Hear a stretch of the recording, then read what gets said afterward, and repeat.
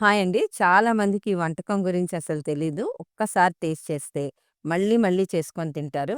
చాలా బావుంటుంది. ఇది నూడిల్స్ కన్నా టేస్ట్‌గా ఉంటుందండి. మీకిది ఎలా ఈజీగా తయారు చేసుకోవాలో సింపుల్‌గా చిన్న వీడియోలో చూపిస్తాను. ఇది మార్నింగ్ బ్రేక్‌ఫాస్ట్‌కైనా, ఈవినింగ్ స్నాక్ కిందైనా, లేదా లంచ్ బాక్స్‌లో కట్టుకోవడానికైనా పర్ఫెక్ట్‌గా ఉంటుంది. ఇప్పుడు తయారీ విధానం చూద్దాం. ముందు సేమియాని వేయించుకోవాలి. ఇక్కడ నేను రోస్టెడ్ సేమియా తీసుకున్నానండి. కాబట్టి ఒక 2 నిమిషాలు వేయించాను. పచ్చి సేమియా అయితే మీరు ఎర్రగా వచ్చేంత వరకు వేయించుకోవాలి. ఇప్పుడు ఇందులో వాటర్ పోసుకొని ఒక 90% వరకు ఉడికించాలి. నూడిల్స్‌కి మనం ఏ విధంగా ఉడికిస్తామో అలాగే ఉడికించుకోవాలి. ఇంకొక ప్రాసెస్ కూడా ఉందండి. సేమియా వేగిన తర్వాత తీసేసి ఎసరు పెట్టుకొని కాగిన తర్వాత వేస్తారు. అలా అయితే మనకు కొంచెం ముద్దగా వస్తుంది. అది సేమియా పాయసంకైతే బానే ఉంటుందండి.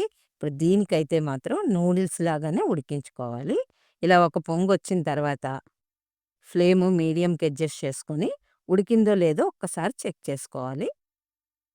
ఇలా గరిటెతో కొంచెం తీసుకొని, ఇలా 2 వేళ్ళతో ఇలా కట్ చేసి చూడండి. ఇలా కట్ అయితే మనకి 90% వరకు ఉడికినట్టే. ఇప్పుడు స్టవ్ బంద్ చేసేసుకొని, జాలీల గరిటెలోకి మొత్తం అంతా తీసుకోండి. వేడి నీళ్ళంతా కిందకొచ్చేయాలి. ఇప్పుడు దీని మీద పైనుంచి వాటర్ పోసుకోండి. వేడి మీద అలా వదిలేసామనుకోండి ముద్దయిపోతాయి. అందుకని ఇలా చల్లనీళ్ళు పోసుకొని ఒక పక్కన పెట్టండి. ఇప్పుడు అదే కళాయిలో ఒక టీ స్పూన్ ఆయిల్ వేసుకొని, ఆయిల్ కొంచెం హీట్‌లో ఉన్నప్పుడు ఎగ్స్‌ని ఇలా వేసుకోండి. వేసిన తర్వాత దాని మీద కొంచెం సాల్టు, కొంచెం పెప్పరు, అలాగే కొంచెం పసుపు వేసుకోండి. లైట్‌గా వేసుకోండి 3ను. వేసుకున్నాక ఇలా ఆమ్లెట్ లాగా పూర్తిగా హీల్ అవ్వకుండానే కలుపుకోవాలి. ఇలా కలుపుకొని చిన్న చిన్న ముక్కలుగా కట్ చేసుకోండి. అలా అయితేనే మనకు ఫ్లఫీగా చాలా వస్తుందండి. అసలు యాక్చువల్లీ ఇలాగే వేస్తారు. చాలామంది ఆమ్లెట్‌లా వేసి కట్ చేసేస్తారు. చూడండి ఎంత చక్కగా వచ్చిందో. ఇప్పుడు వీటిని ఒక బౌల్‌లోకి తీసేసుకుందాం. చాలామంది ఈ ప్రాసెస్‌ని కూడా కట్ చేసేస్తారండి. నేనైతే మీకు చూపిద్దామని ఉంచాను. ఇప్పుడు మళ్ళీ అదే కళాయిలో ఒక టీ స్పూన్ ఆయిల్ వేసుకొని, కొంచెం వెల్లుల్లి రెమ్మలు వేసుకోండి. కట్ చేసి వేసుకోండి. కొంచెం వేగిన తర్వాత ఒక మీడియం సైజ్ ఉల్లిపాయను కూడా సన్నగా తరిగి వేసుకోవాలి. ఉల్లి పూర్తిగా వేగాల్సిన అవసరం లేదండి. కొంచెం మగ్గితే చాలు. ఇలా మగ్గినాక వెజిటబుల్స్‌ని వేసుకుందాం. ముందు క్యారెట్ వేసుకోండి. అలాగే పచ్చి బఠాణీ, అలాగే క్యాప్సికమ్.